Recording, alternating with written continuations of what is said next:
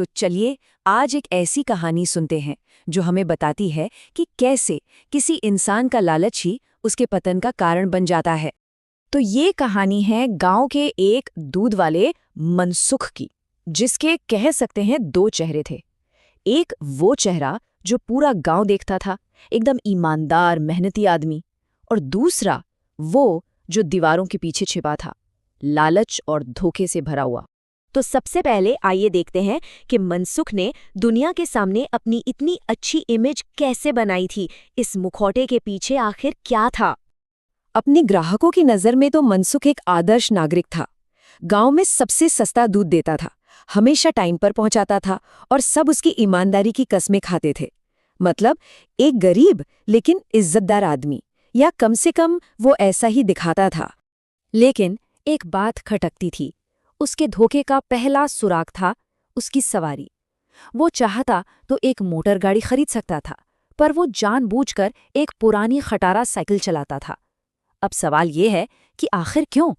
क्या ये बस उसकी सादगी थी या इसके पीछे कोई गहरी चाल थी? और ये रहा जवाब।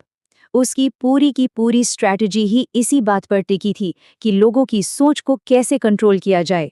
वो गरीब दिखना चाहता था ताकि उसकी बेईमानी पर कोई शक ही न करे। उसकी जो शुरुआती स्कीम थी वो बहुत सिंपल थी, बस 3 स्टेप्स की। पहले वो ताज़ा अच्छा दूध इकट्ठा करता था, फिर ज्यादा मुनाफे के लिए उसमें अरारोट मिला देता था, और आखिर में एक गरीब बेचारे मेहनती आदमी का नकाब पहनकर उसे गांव में बेच देता था। तो चलिए अब आगे बढ़ते हैं और देखते हैं कि कैसे ये छोटा मोटा धोखा एक बहुत ही खतरनाक खेल में बदल जाता है। कहते हैं ना, लालच की कोई सीमा नहीं होती, है ना? एक दिन एक मामूली सी घटना होती है।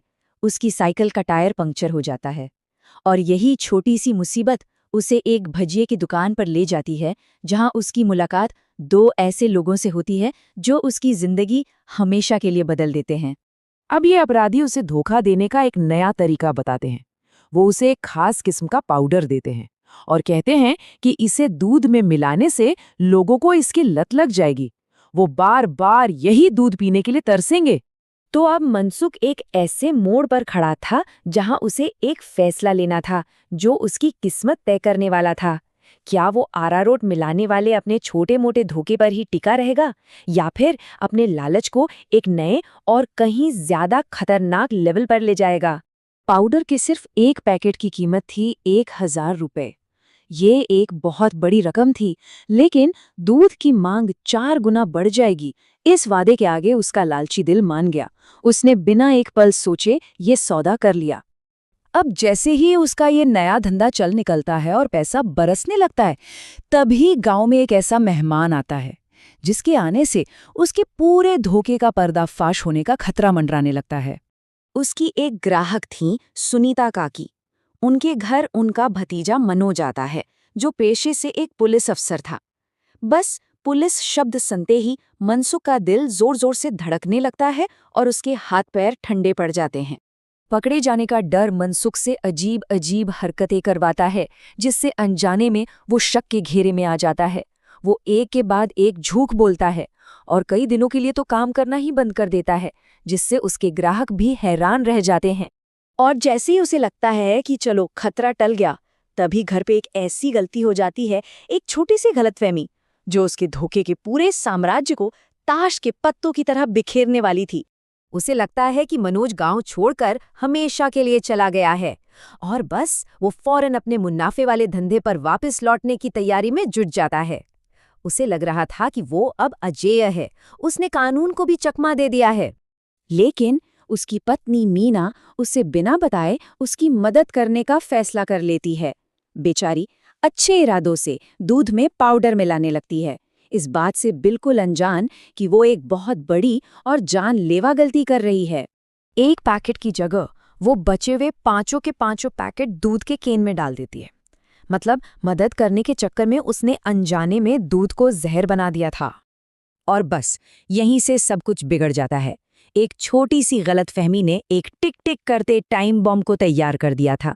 अब वो दूध दूध नहीं था, बल्कि एक जहर था जो किसी भी पल फटने को तैयार था। तो अब हम आते हैं कहानी के आखिरी हिस्से में, वो पल जब सच्चाई सबके सामने आती है और मनसुख का असली चेहरा पूरे गांव के सामने बेनकाब हो जाता है। और देखिए कि उसका पर्दाफाश कितनी तेजी से होता है। मनोज की ट्रेन कैंसिल हो जाती है और वो अचानक घर लौट आता है।